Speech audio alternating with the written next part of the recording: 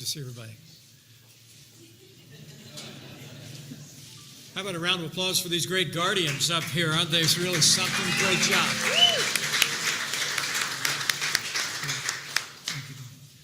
Well, today it is my great honor, on behalf of the First Family, here on National Military Appreciation Month, to welcome so many heroes to this special place. And on behalf of the President of the United States of America, welcome to the White House.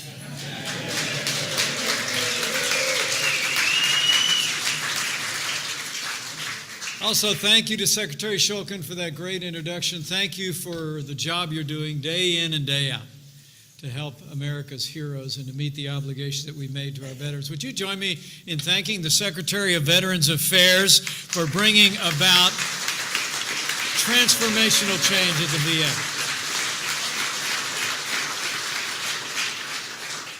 And also, can I just invite you to give a big round of applause to the Second Lady of the United States of America, my wife of 31 years, and a Marine Corps mom, Karen Pence. You know, it's deeply humbling for me to be here today with all the guardians who are gathered here, with members of Honor Flight, Northern Colorado. I'd especially like to give a round of applause to Colonel Stanley Cass, the president of this great organization. Stanley, where are you? Great job. Thank you, Colonel. You know, the men and women who've worn the uniform of the United States are our most cherished citizens. You are the patriots of the highest order. You stood up, you stepped forward to protect our nation and the values that we hold dear. Now, many of you served in Vietnam, where amidst the jungles and the rice paddies, you stood tall and proud. Your image seared into the mind of the American people, an everlasting sign of unwavering courage in the unquenchable spirit of the American people. To all of our Vietnam veterans, let me say, welcome home.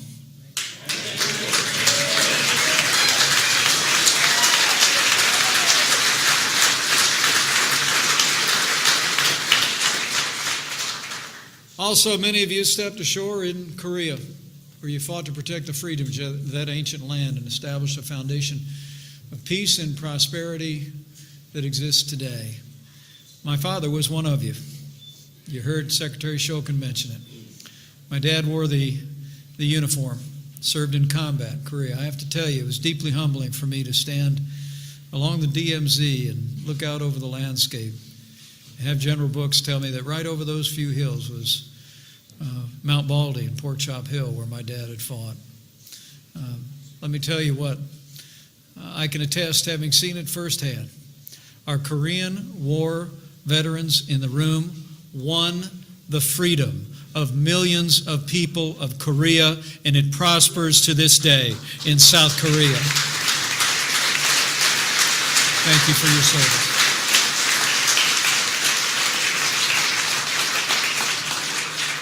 And today, as we celebrate the 72nd anniversary of VE Day, Victory in Europe Day, it's an honor and privilege, more than I can say, to be here with so many who fought in the greatest conflict of the 20th century and who won freedom in World War II. You served your country in a way and at a time that challenged each one of you to step up the preservation of our way of life. With you in the vanguard, America was able to stand as a beacon for freedom. Our nation marshaled every ounce of our strength to save freedom across the Atlantic, across the Pacific, and across the very world. The sons and daughters of America, and indeed all who call themselves free, will remember your names for eternity until the world stops turning. To all of you who won a victory in World War II, you have the undying thanks and gratitude of the American people.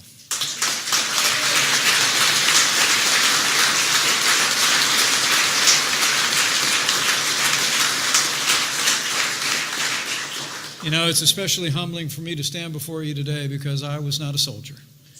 As you already heard, I'm the son of a soldier, and I'm the proud father of a United States Marine. And I must tell you,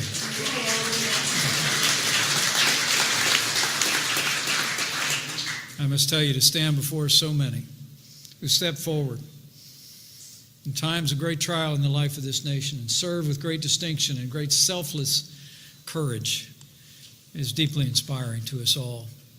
And let me also say, even though some of you back there have hair the same color as mine,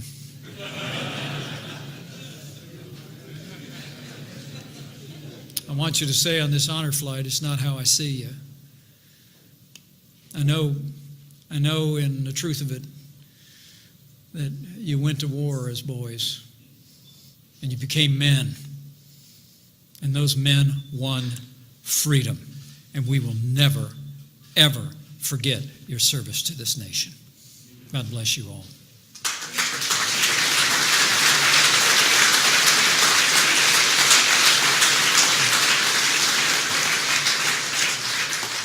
So let me recognize just a few of the heroes that are in the room, although every single one of you wearing those hats that mark your service are heroes. And that's what these honor flights are really all about. You know, the old book says if you owe debts, pay debts. If honor, then honor. If respect, then respect.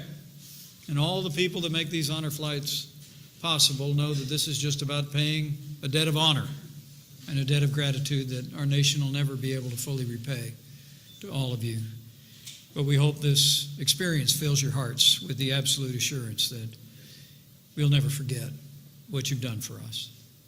People like Lieutenant Colonel William Thousand, himself a United States Marine who fought for America for more than a quarter century in the Pacific during World War II, in Korea, and in Vietnam. Is he here with us today? Let's give him a big round of applause.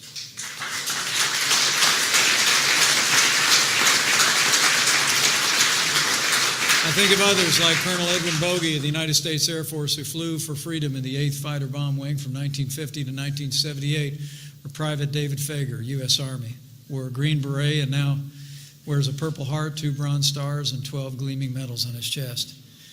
These are all veterans I've had the privilege to know their experience. The truth is, no matter where you served, every last one of you fought on the front lines of freedom. Because of that, because of you, freedom endures to this very day. You are among the rest of us, but make no mistake about it. You are the best of us. And on behalf of your Commander-in-Chief, I'm here to say thanks and to salute your service.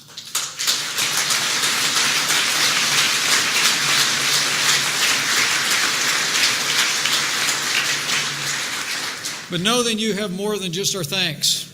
Under President Donald Trump, you have a leader, a tireless defender of our American military and our veterans. A Commander-in-Chief who I promise you is fighting every single day for all of you to keep America safe and keep our promises to those who have served in the uniform of the United States. You know, as the proud father of an American service member, it's the greatest privilege of my life to serve as Vice President to a president who's so committed to the men and women of our armed forces, to their families, to our veterans. You know, it was about a month ago I had the privilege to stand with President Trump as he welcomed wounded warriors to the White House East Room. As he looked out at those courageous men and women, he told them that they had, in his words, carved their place into the history of our country and into our hearts. And so have you. You know, that's why President Donald Trump has taken decisive action, as Secretary Shulkin just described, to defend those who defended us. The President has said from very early on, even when he was a candidate, that our veterans deserve the best care in the world, the finest care America can provide. Just over a week ago, President Trump signed an executive order to ensure that the Department of Veterans Affairs is as efficient, effective, and accountable as any great health care provider in America. We're going to give those who served most the best health care system in the world.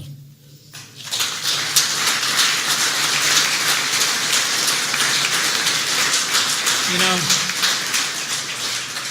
and last month, President Trump signed into law the Veterans Choice Act to give our heroes the choices they deserve for world-class health care. You know, the president said it out on a campaign trail. I was with him. It was early in the campaign. And he said, here's the deal. We're going to reform the VA and make sure that every veteran has the benefits that they have earned in the uniform of the United States. And if a VA clinic or VA hospital can't give you the best health care that you deserve in real time. We're going to give you the opportunity to go across the street and get the health care that you need. And the president just signed a bill that'll do just that.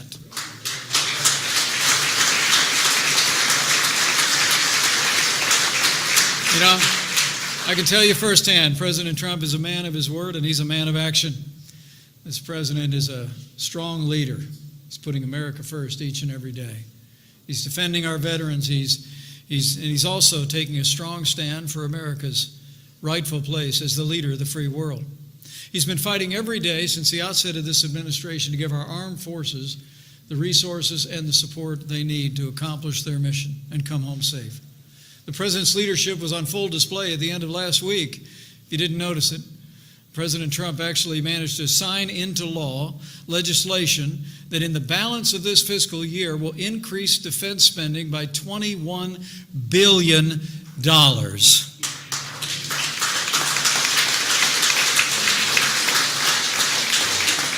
This is the biggest investment in military readiness in nearly a decade, and we're just getting started. This was a victory for the American people and for our national security. And it was also a victory on policy. You know, for more than the last 6 years, Congress has actually required that any increase in funding for military spending should be matched with an increase in spending in other areas of government. It was in many ways like Congress kind of held military spending in abeyance until there could be more spending on more government programs. They called it the parity rule, and it actually contributed to a neglect of our armed forces at a critical time of mounting threats around the globe, but no longer.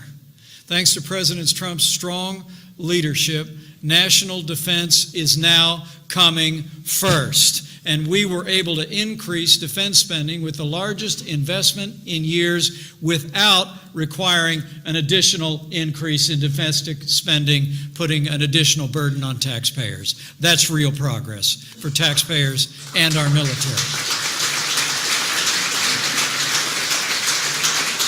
But friends, the president's only begun to fight. President Trump, in the budget that will be considered this fall, has actually proposed one of the largest increases in defense spending since the days of President Ronald Reagan. Under his leadership, I know the strongest fighting force in the history of the world will be stronger still. And I want to promise you, President Trump will not rest and will not relent until we at last give our soldiers, sailors, airmen, Marines, and Coast Guard the resources they need to accomplish their mission, defend our nation, and come home safe. That's our pledge to all of you.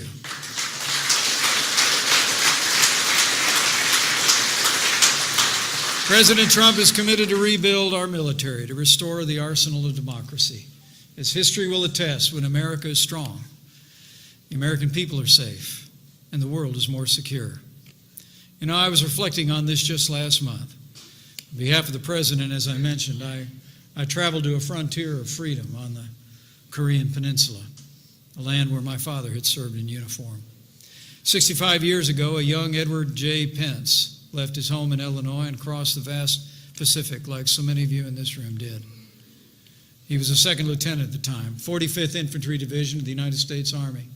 Landed on the shores of South Korea, a rifle in his hand. I stood, as I mentioned, the demilitarized zone. I looked out at the landscape where Dad and his fellow soldiers had fought valiantly to earn the freedom of the people of South Korea. Now, my dad got a Bronze Star. In fact, I arrived in Korea on the very day, didn't we, dear? On the very day that 65 years ago to the day, my dad had a Bronze Star pinned on his chest.